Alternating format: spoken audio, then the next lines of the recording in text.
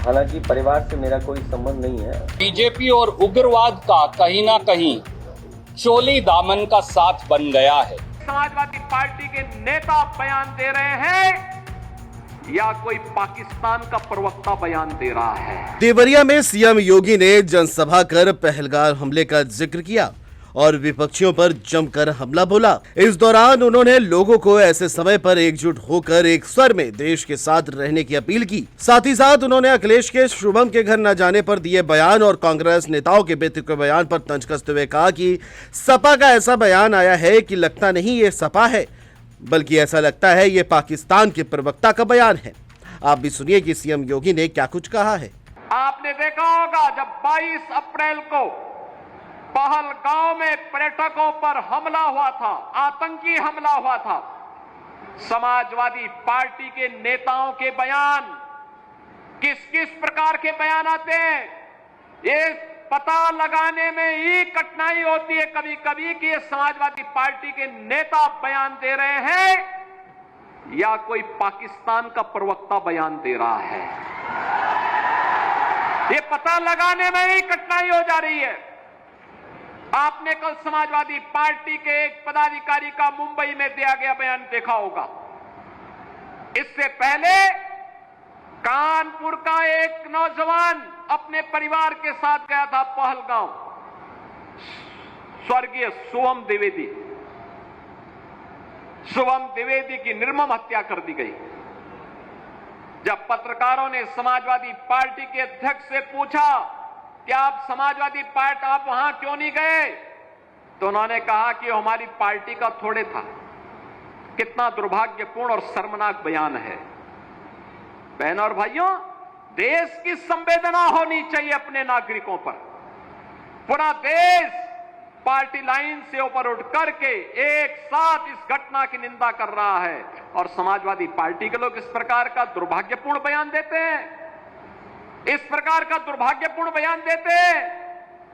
पहलगांव की घटना में उनका एक राष्ट्रीय महासचिव बयान देता है, कहता हिंदू ने हिंदू को मारा है, यानी पाकिस्तान को क्लीन चिट देने की कुत्सित चेष्टा।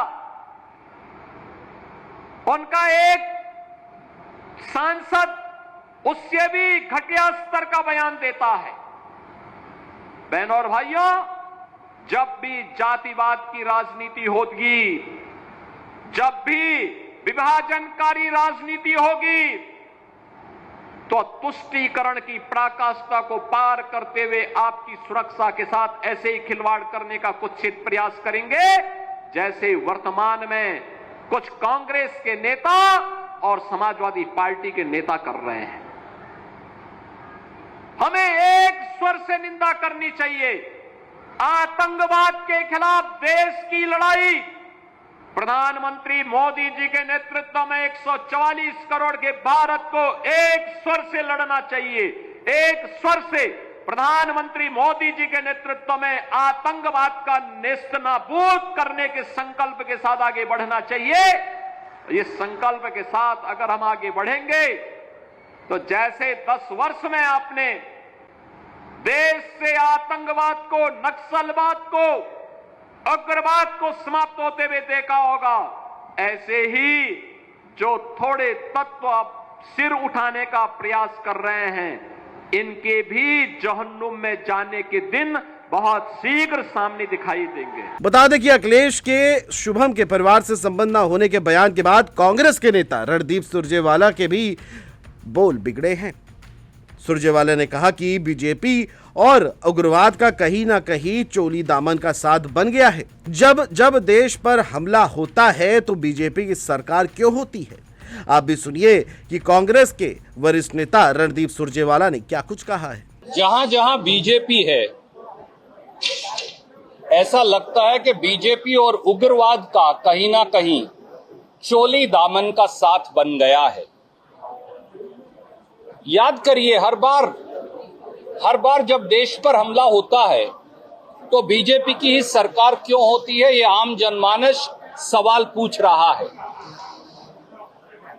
जब IC 814 को अगवा किया पाकिस्तानी उग्रवादियों के द्वारा, और कंधार अफगानिस्तान ले जाया गया, तो क्या बीजेपी के कर्नाटक के नेता और देश के नेता जवाब देंगे कि पाकिस्तानी उग्रवादियों मौलाना मसूद अजहर, जरगर और बाकी सब उग्रवादियों को मेहमान बनाकर कश्मीर की जेल से छुड़वाकर बीजेपी के देश के विदेश मंत्री कंधार अफगानिस्तान क्यों छोड़कर आए थे?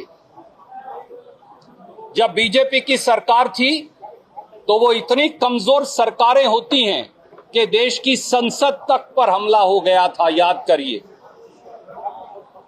जब बीजेपी की सरकार थी तो इसी सरकार में जब नरेंद्र मोदी जी प्रधानमंत्री थे तो पठानकोट एयर बेस पर पाकिस्तान से आए उग्रवादियों ने हमला किया और केवल एयर बेस पर नहीं, हमारे पुलिस स्टेशन तक उड़ा दिए खुलेआम और हमारे पुलिस के सिपाहियों की और फौज के सिपाहियों की हत्या की।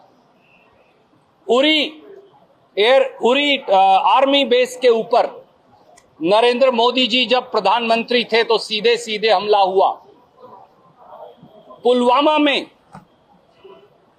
एक्सप्लोजिव लेडन, कई टन एक्सप्लोजिव की कार आई और उसने हमारे आर्मी के कॉन्वॉय को उड़ा दिया। उस समय प्रधानमंत्री जी फिल्म की शूटिंग कर रहे थे। हालांकि सवाल सबसे बड़ा यह है कि जब कांग्रेस पार्टी हाईकमान की तरफ से पहलगाम मामले पर विवादित बयान न देने की बात कही गई है, तो फिर क्यों सुरजेवाला एकजुटता की सीमा लांघ रहे हैं? अब सबसे बड़ा सवाल यह भी उठता है कि पहलगाम का हमला क्यों सियासत में है बदला। Desk report, GMD news.